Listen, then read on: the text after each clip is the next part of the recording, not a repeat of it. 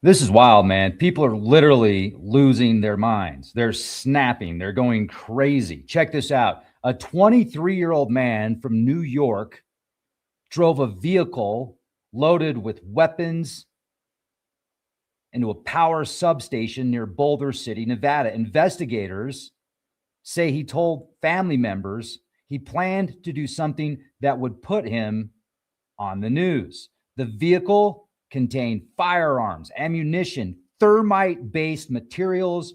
Authorities then report the suspect died at the scene from an apparent self-inflicted gunshot wound. Luckily, no major power disruptions were reported despite the attack. FBI and local authorities are treating the event as a terrorism-related investigation. The motive is still under review. Let's look at this. But let me share with you what else we're going to talk about today. We've got a bomb cyclone, historic weather shutdowns.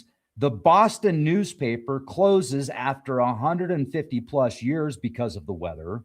They couldn't actually get the news out physically. They were able to do it online. We've got the first Category 5 cyclone of 2026. We're going to talk about Russia, Ukraine. Moscow shuts down all of their international airports. We're going to look at the latest casualty numbers. We're going to talk about the Iran protest crackdowns, the escalation in Iran and the U.S. and the military buildup. We're also going to get into the cartel violence, escalation.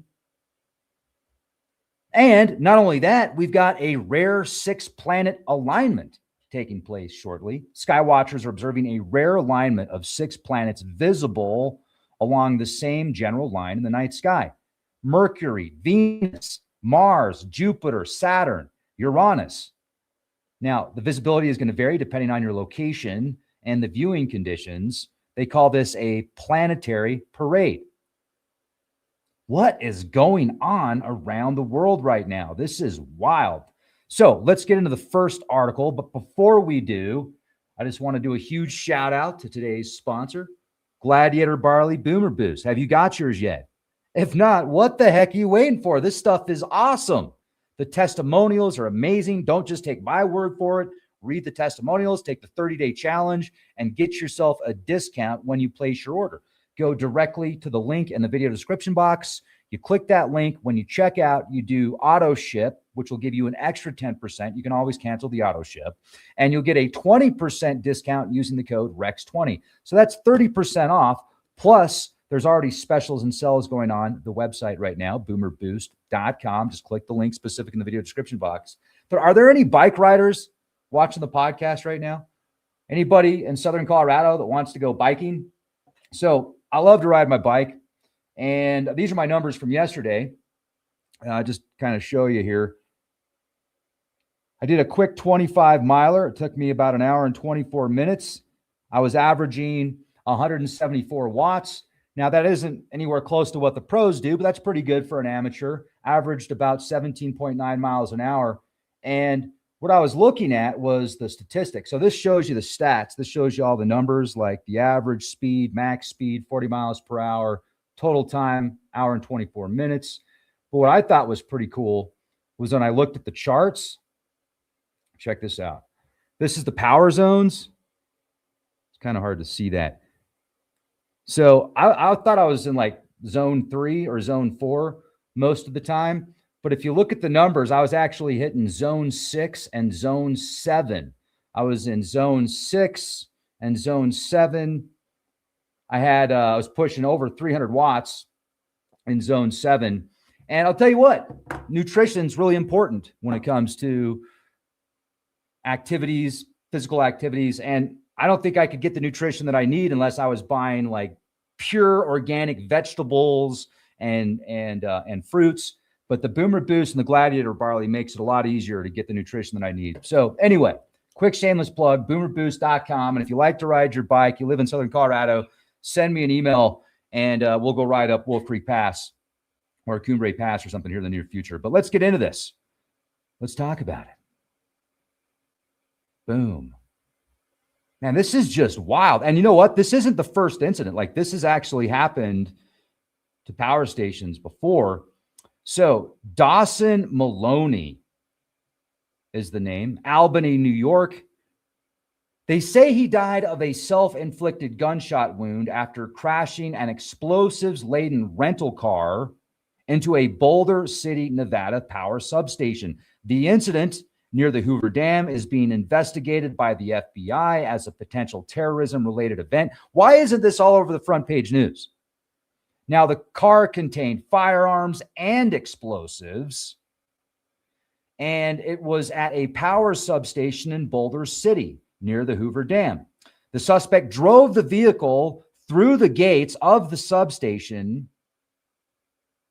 Now, this doesn't make sense to me. Listen to this.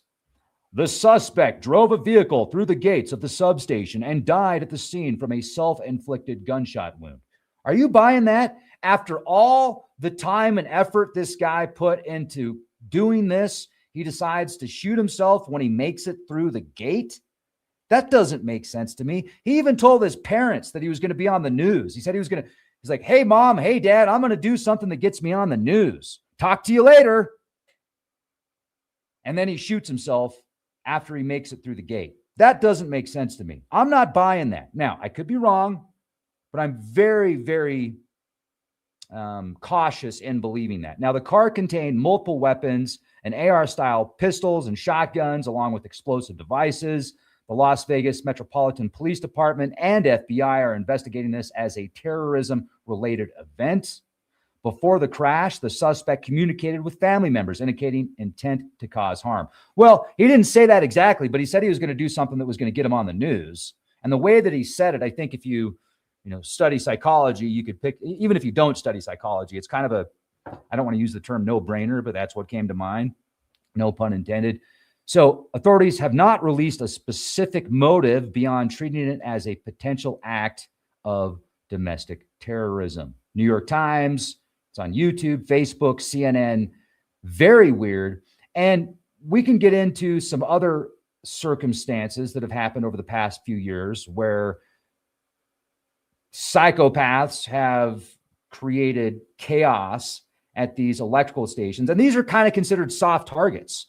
And a good friend of mine, Greg Allison, rocket scientist, rocket engineer, aerospace engineer.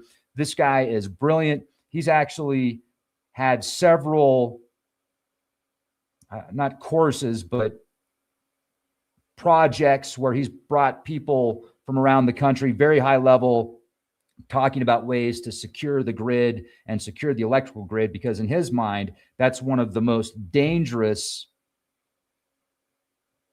potential problems is these electrical grids getting hit by terrorists.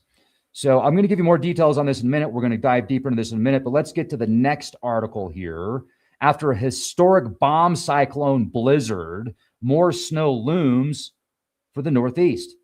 I mean, I've got a friend in Boston that was sending me photos of his front yard, and it looked like Colorado high elevation. But we're not getting much snow out here in Colorado, a little bit in the mountains, but the East Coast is getting blasted with snow and extreme weather.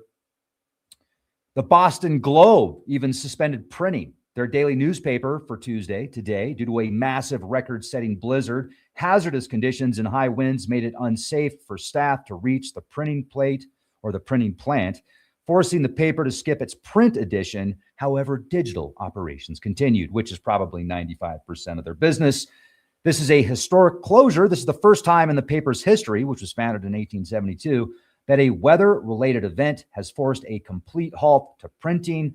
The blizzard, following a severe winter storm on Monday, which produced over 30 inches of snow and dangerous travel conditions. I think it was Delaware even declared a national emergency and deployed National Guard.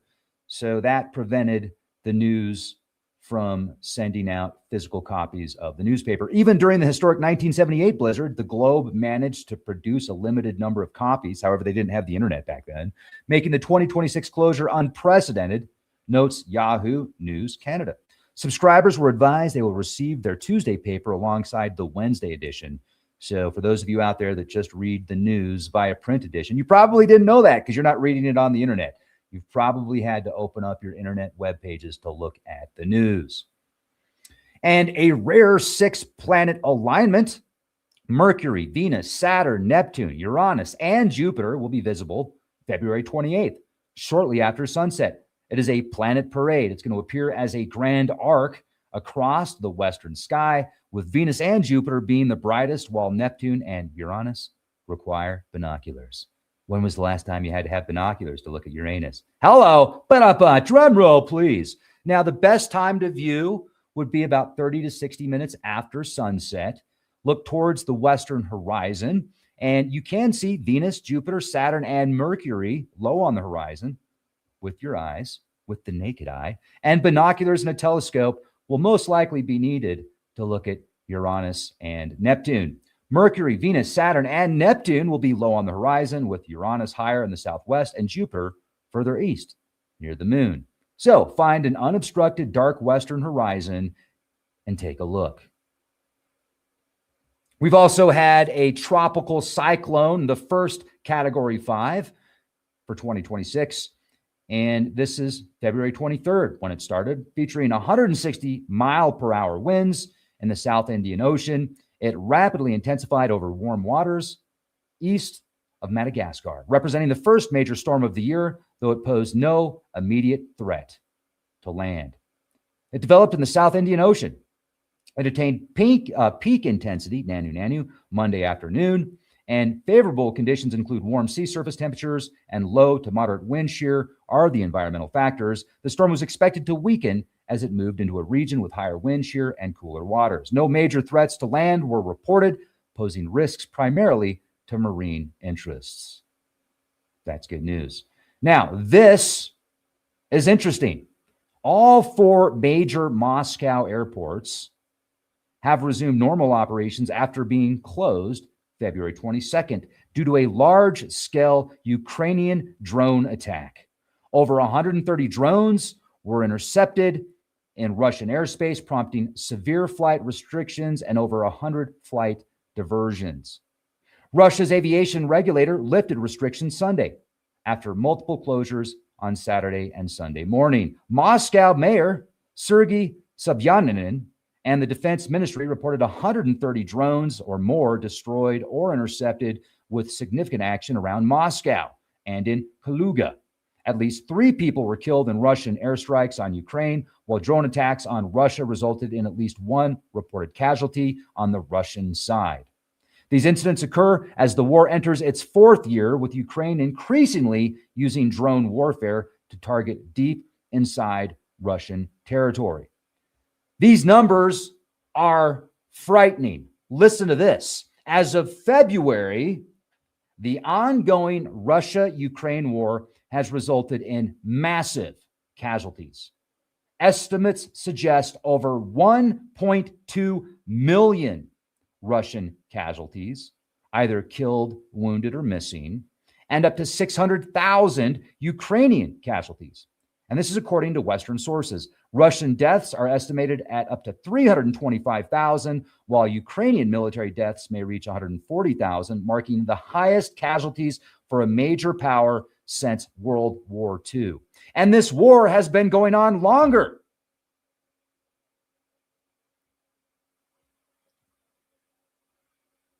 Wow. This is a grinding war. Now, we can't confirm these numbers. They could be higher. They could be much higher. Some people say lower. There's varying estimates and varying governing bodies that are giving these estimates.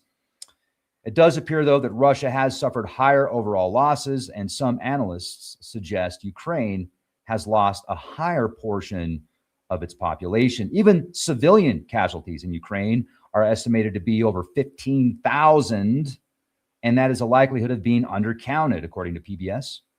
More than 40,000 civilians injured. Neither Moscow nor Kyiv releases timely or accurate data on military losses. So the figures from Western sources, CSIS, British, U.S. intelligence, are the primary, though unverified, estimates. The death toll is on pace to exceed 500,000 for the entire war, with intense attrition continuing into 2026. That's terrible. You know, and what's even more terrible is, I mean, when I think of Ukraine and Russia going to war, it makes me think of like Alabama attacking Georgia. It's terrible. It almost seems like a civil war, even though they're separate nations, but there's a lot of history, and they haven't been separate nations. Well, they have in the past, but then the Soviet Union kind of usurped up all those nations for a long period of time. Then the Soviet Union breaks up, and now we've got this push for what I see as the next era of Russian supremacy in Eastern Europe. They're working on it. So I'll keep you updated on that. But this is also very interesting because the latest in Iran, when we look at the situation in Iran so far away, gotta get away. I keep thinking of that song when I say Iran. But anyway, let's talk about this for a minute. It's very unfortunate, especially for the protesters out there. Thousands of people have been killed in the protests via the Iranian regime, their crackdown on protests, and there's probably going to be a lot more. Many people have been imprisoned and their lives turned to hell after protesting against the regime. So it's not going to get, I don't see it getting any better before it gets worse out there either. Listen to this. Death toll estimates range from roughly 3,000 to over 5,000 in Iran, depending on the source. Rights groups estimate tens of thousands are detained right now, including students. Security forces remain active as new demonstrations continue in some universities. And the U.S. has increased military presence, obviously, in the Strait of Hormuz and around there. Iran has been performing live action, live military, live fire drills in the Strait of Hormuz. Nuclear negotiations continue despite the military buildup on both sides. Russia has been performing joint operations with Iran out there over the past several weeks, and China. However, the amount of firepower that Russia and China has with Iran is nowhere close to what the U.S. has out there right now. If we do see this escalate, the shipping lanes, if the Strait of Hormuz becomes shut down, if they shut the Strait of Hormuz down, about 20% of oil imports and exports travel through the Strait of Hormuz. So, war or not war? We're going to find out. Is this a wag the dog scenario? Some people think it's kind of like a wag the dog scenario with all this stuff in the news right now, as well as the UFO files that are supposed to be released. I really hope it's a nothing burger. I'm optimistic, but I'm also cautiously optimistic about that. And President Trump is giving the speech, a major speech tonight. So we're probably going to live stream that. I'm sure many people will be, but it'd be nice to see the commentary from all the people in the chat while that's going on to keep track. But let's jump into the cartel violence in Mexico right now. So the death of a major cartel leader triggered widespread retaliation across several Mexican states. Cartel groups launched roadblocks, vehicle burnings, burning down gas stations and businesses, coordinated attacks. Mexico has deployed thousands of additional troops to restore order. Authorities say security remains under control, but tensions are elevated. I've got friends that are sending me videos of fires out there right now that are being started from different cartel people. It's a war zone out there right now. So yeah, I'll keep you posted. Now, what I want to do is go back to the event that took place just recently, where you've got a 23-year-old that loads his vehicle up, a rental vehicle up with bombs and weapons, and then decides to take himself out after he makes it through the gates. That's weird, right? But there's been other events just over the past few years that are very similar to this one. So authorities say Dawson Maloney 23 years old, from Albany, New York, told his family he planned to do something that would get him on the news. He reportedly sent messages referencing self-harm and referred to himself as a terrorist before the incident. He was reported missing in New York. He drove a rental car, a Nissan Sentra, across the country from New York to Nevada. About 10 a.m. local time, the car crashed through a secured gate. It entered a Department of Water and Power substation. Then it stopped after striking infrastructure inside the facility. Police responding to the scene heard reports of gunfire. They found multiple firearms, loaded magazines and ammunition, thermite-based incendiary devices, soft body armor. So he had body armor on too. So the guy's got body armor on. He makes it through gates, and then he decides to take himself out. I'm not buying it. At his hotel, they found explosive materials and then books related to extremist ideologies. The outcome, Maloney died at the scene from an apparent self-inflicted gunshot wound, according to police. Authorities classified it as a terrorism-related investigation due to location materials found. Officials stated no major damage to the power grid, no service disruption, no ongoing threat to the public. And this didn't get much attention. Like, this was, he said he was going to be on the news, and he did make the news, but I don't think he made the news that he wanted to. You had to really search for this. At least I did.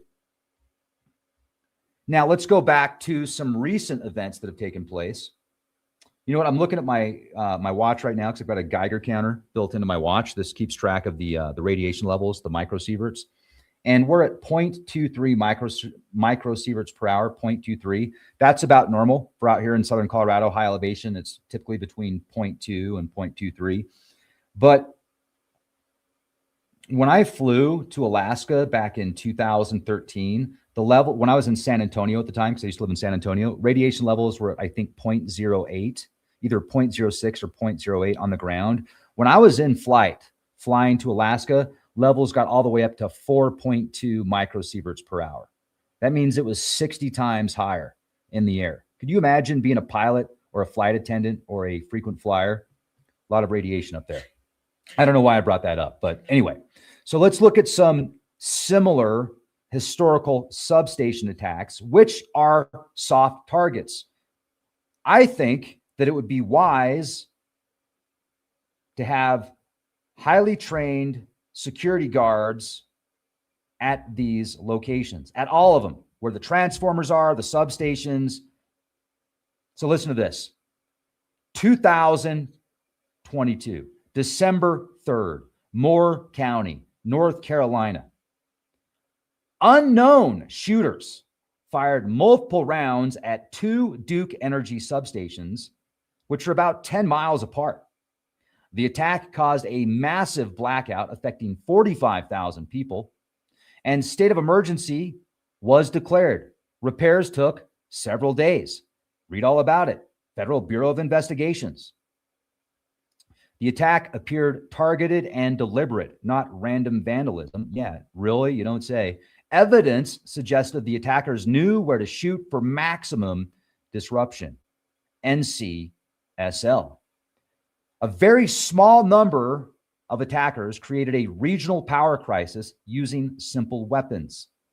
This is why the electrical grid is so important to keep secured. And that's why that's why Greg is so passionate about this, because he knows how long it takes for some of these transformers to be built. It takes years. It's not just let's order it off of Amazon and get it delivered in the mail in 3 days with Amazon Prime.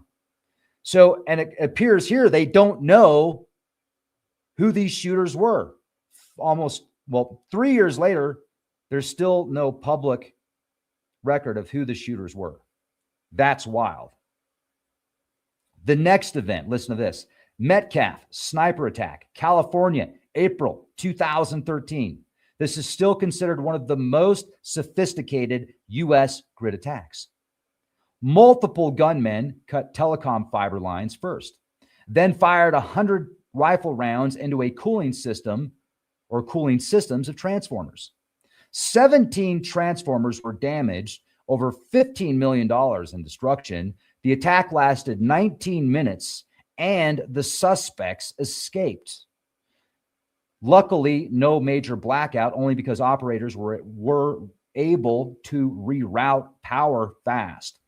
The energy industry described this as a wake-up call for physical grid security.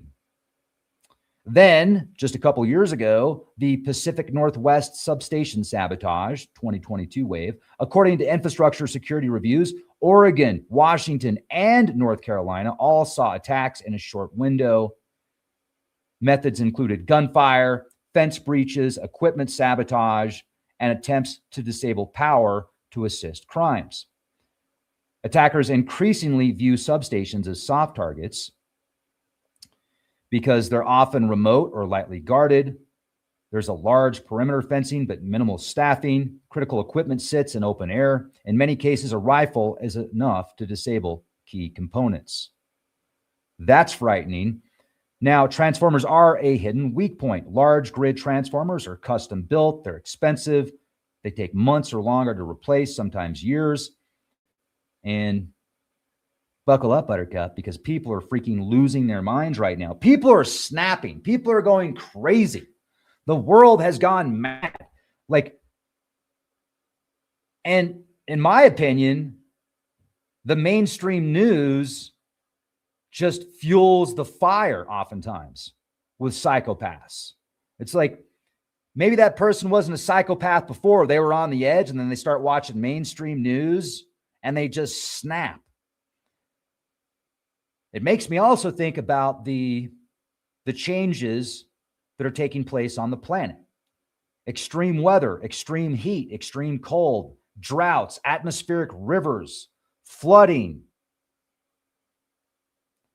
A few years ago, there were people that would get sunburnt in a matter of seconds because the magnetosphere in certain places was weakening, more cosmic radiation was coming in. I remember back around 2012, it was either 2011, 2012, around that time frame, maybe 2014. Roads in Ireland and the UK were melting from cosmic radiation. It was weird. So if people talk about, like, a lot of people are concerned about geoengineering and weather modification and solar radiation management. There could be things going on with the high out, way up in the atmosphere that we couldn't even see, where certain powers that be are working on ways to block this cosmic radiation that's coming in from the sun, not to hurt us, but to actually help us. Just thinking out loud here, because there's a lot of information and disinformation about geoengineering and weather modification. Like, I know people that think HARP controls the weather around the world, and HARP doesn't have the power to control the weather around the world. HARP is a very powerful outlet, but it does not have the power to control the weather around the world. It has the power to heat the ionosphere, and it has the power to do other things. But when you blame everything on HARP, you're losing it. You're losing the big picture. There's a lot more to that. A lot of times it's natural events, natural cosmic events, and the powers that be love taking credit for all that. They love it because it just gives them more power. Like they feed off of that. They're like, yes, they think it's all our fault and there's nothing they can do about it. They love that stuff. Don't get me wrong. I think there's a lot of things that take place that are connected to potential geoengineering and weather modification, but a lot of stuff is just nonsense. So put the conspiracy book down, man, and go outside and get some deep breaths. Because what's wrong when we follow these rabbit holes that are bullshit? Then we're putting our energy and effort into something that's not even real. So if you're going to follow those paths, make sure you know they're legit. And to say that HARP is manipulating weather in Indiana somehow, I don't see it. But I'm saying this because I care about you and because I want us to grow as a species and a civilization. And when I say grow, learn more, understand more about what's going on around us, and not be Don't fall for every little conspiracy that's out there, because there's plenty of them out there. Plenty of them. Matter of fact, I think some people are starting to run. They're like, dude, all those conspiracies we talked about 20 years ago are mainstream news now. So where's my medal? Pretty wild. Got a lot going on around the world, ladies and gentlemen. A lot around the world. So what do you think about the current state of affairs? Leave your comments in the comment section. Are we going to go to war with Iran? Or is this a wag the dog scenario? Or just tactics to get certain agendas reached? I'd really like to read what you think about it. And if you're in Mexico, may the force be with you. I hope you're safe. I hope you're prepared, not scared. Thanks for watching, everybody. Have a beautiful day. Hit the bell. Be well. Be excellent to each other. Be kind. Rewind. And be the change you want to see.